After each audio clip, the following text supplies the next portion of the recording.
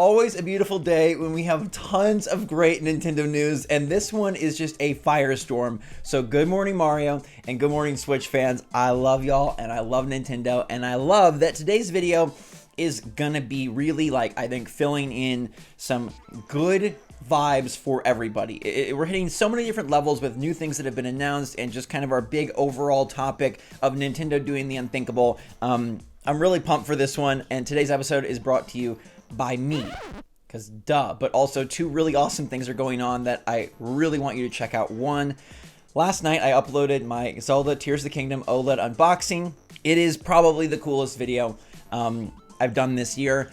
It's a song, it's a sing-along, it took a lot of effort, a lot of planning, and I stole the OLED from Beat 'em Ups, who got it like a month early, so that was a treacherous task, but it was worth it, and it would pay off if you go watch it. So make sure to click the link in the description down below for that. Also, my special 500 Good Morning Mario merch is still available for a limited time. We got super sick designs, very cool tarot cards, very cool. I don't even know. It's just this going on up there. Very awesome. You'll see those on the bar for like the spring page. They're on every video where you can see like the mugs and the stickers and the tees and the hoodies. Everybody that buys one of those is entered to win a brand new OLED of your choice and a brand new Steam Deck. So that's pretty awesome. But now, without further ado, on to the news. Nintendo announced that the next game trial is going to be Cadence of Hyrule, starting May 1st in anticipation of Tears of the Kingdom. This is nice. This is nifty. This is a very different Zelda game, unlike anything Zelda's ever been before, because this is a collaborative partnership with the developers of Crypt of the Necrodancer. So it is a rhythm-based dungeon crawler with Link and Zelda. It's so good, and it's special to me because it came out at E3, and Gabe stayed back from E3 to play it, and he beat the game in one day, I'm pretty sure. And he really loved the game, and I really love Gabe, and so it's a special game to me because it's one of the ones that I remember him really having a ton of fun with, and so much fun that he wanted to not go to E3 that day to just bust through the game and be one of the first to see the entire game. He was a huge Zelda fan. So that is coming May 1st, a free trial, and I think it's absolutely worth everybody downloading. It's free, you can play it, and it gives you something to tide you over until Tears of the Kingdom comes out in just like 2 weeks. Freaking yes, I can't believe we're here. I also can't believe that we're getting Donkey Kong Lego, as the Lego company teased brand new Lego sets featuring DK, Diddy, Dixie. The Mario Legos I know are for a younger audience, but I do have like the big question block Lego set, which I think is awesome. I do have the NES Lego set, which I think is awesome, and I love Donkey Kong so much. I love Dixie and Diddy. I will probably get this just for the novelty, and I'll probably put it up on those shelves. The amiibo have been there for a long time, so maybe it's time to get some different iconography on those shelves. Hopefully, at least the Tears of the Kingdom amiibo will go there, and then maybe some of these Donkey Kong Lego. No announced date, but it's coming this summer. So my guess is that it'll be around August is kind of what I think. I feel like August is when they launched past Lego sets. I could be wrong, but Lego really coming into its own. I mean, video games are spreading everywhere. This isn't a big surprise, but movies, Lego, Sonic Lego is coming. Very, very, very nifty. Very, very cool. Switch Online is bringing back Breath of the Wild icons in their Missions and Rewards tab. I won't go into more detail, but if you've missed out on these from long ago, you now can get them again before Tears of the Kingdom. If you want to make your profile picture something from Breath of the Wild before they inevitably release Tears of the Kingdom Missions and Rewards, you can do that. Now, our one piece of not awesome news is kind of more fun news, I guess, but it's also very strange.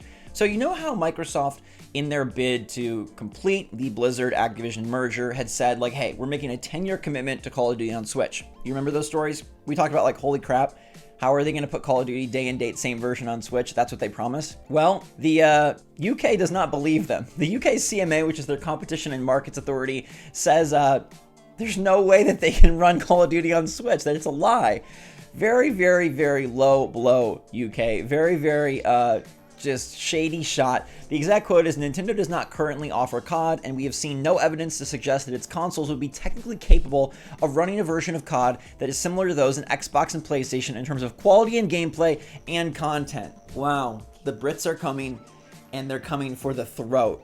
Absolutely wrecking Nintendo Switch and the 10-year commitment. As you know, or maybe you don't know, but the UK basically said, no, we're not going to let this deal pass, and this is one of their reasons.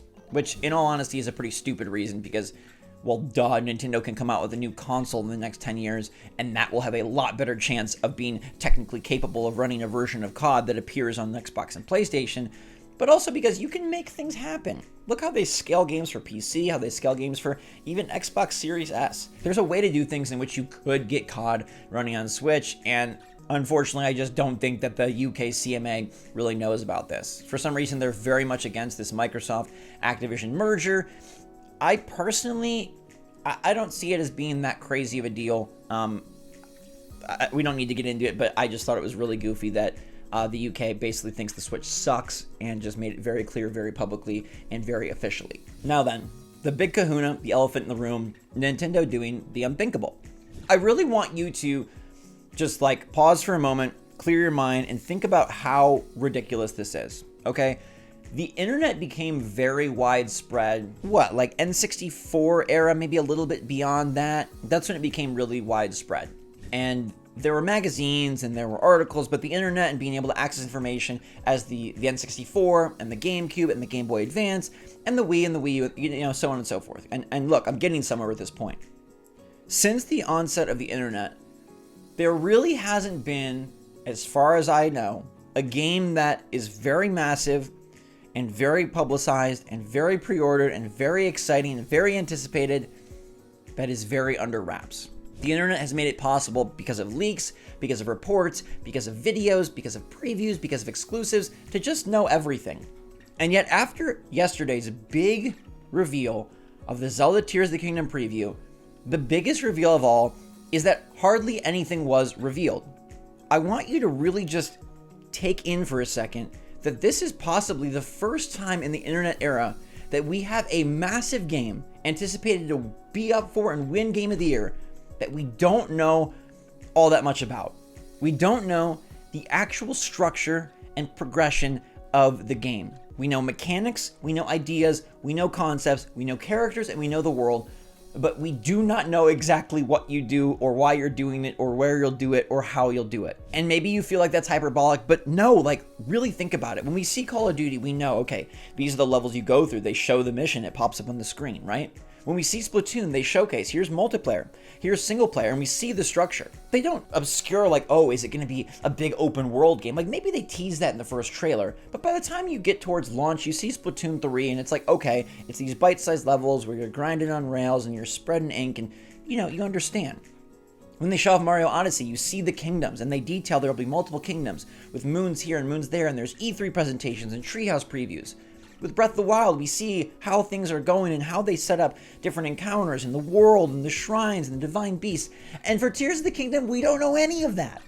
Tears of the Kingdom had its big preview, which, by the way, I feel like people were really a bit, like, misleading in a way when they said, like, we've played tons, we've played hours. Dude, you played 70 minutes and you got to play 2 tiny areas. It was the most, like, overblown clickbaity stuff for articles because yes, they got to learn a lot, like, oh, you have a cooking pot you take with you, accidental leaks out about a new ability, I won't even mention because it's kind of a spoiler, but really in terms of structure of the game, outside of like, okay, now you can play it and Link's controls are more complicated, we don't know. And I think this is downright the coolest thing Nintendo has done, maybe since the Switch console itself. Yeah, like Breath of the Wild's an amazing achievement of a game, and yeah, Mario Kart 8 Deluxe has done really cool things and revitalized, even though it didn't need revitalizing with the Course Booster Pass, but this is insane in the internet era to not divulge the major structure of your game and to leave so much of the title for exploration. And I want you to just get that when we see the big plot points in a movie trailer, when we see the climactic action in a game trailer, when we see the main villain and we know so much, right? They give the best set pieces, the biggest moments, they showcase their best level, they highlight the biggest, craziest scene. It's insanely different to only talk about the mechanical idea of creation. Now, this is a little bit like airy-fairy, but Breath of the Wild and Tears of the Kingdom now, they really are about you exploring. And The Legend of Zelda has always been about exploration. From the very beginning, Nintendo's goal was to create a game that was explorative. Mario is a game where you went from point A to point B. There weren't two ways about it. There was literally one, left or right. Legend of Zelda did something different and made a game that was a whole different immersive experience because you were uncovering and solving the game as you went. Now, Zelda has evolved and in some ways gotten more linear as time progressed with their dungeons, and Breath of the Wild tried to really throw that formula a curveball by saying we're going to go open world and we're not going to have the traditional dungeon structure and you can kind of go anywhere. Exploration was at the forefront and it was brilliant. You can't do that twice. So Nintendo said, what if you could create your items, your weapons? What if you could create your vehicles? What if you could solve puzzles by creation? What if you could explore the skies, the grounds, and the beneaths based on your imagination? It truly is a really special thing, and I don't mean to get sentimental, but wow.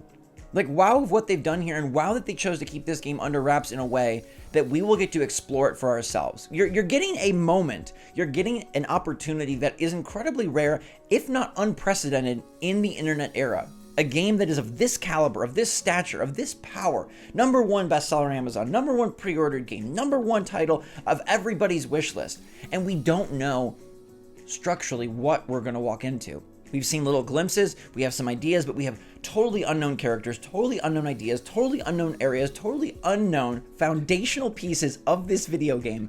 And it's beautiful, and it's brilliant, and it's special. And yes, Zelda's special because it's once in a 6-year game. And yes, Zelda's special because we've had Link and Zelda in our hearts since we were kids. And yes, Zelda's special because it's Nintendo's tentpole title. But I want you to remember this moment as being special because it may be the only moment ever again, possibly, where a game is this under wraps, where we get to go in and it's like our very first time. You hear people say like, oh, I wish I could play BioShock for the first time. I wish I could play Mario World for the first time. I wish I could play Xenoblade Chronicles the first time. Whatever game they say. And that is a great memory. But this first time, I think is going to be unmatched. Because when you come across the first dungeon or the first non-dungeon, the first shrine or the first non-shrine, the way that the world is woven in a similar but different fashion to Breath of the Wild, the things you uncover, the items that we find, the characters that we stumble upon, the weird Zonai creatures, this will be different. And for an already hella amazing looking game, for an already incredible achievement of physics and imagination and creation,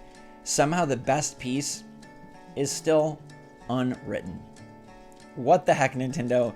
You've blown me away in the way you've handled this, and while some people feel it's weird that they haven't unveiled more, I think this is the coolest decision that Nintendo has made since the Switch launched. Let me know what you think, if you agree, in the comments down below. Please check out my sing-along video, give the merch a look if you're interested, and Zelda is so soon. I cannot freaking wait. I got chills, man. Hairs on their ends, goosebumps everywhere. What's going on? Thank you so much for watching, everybody. Stay safe, stay healthy, stay happy, stay positive out there. Love you lots. SwitchForce. Out.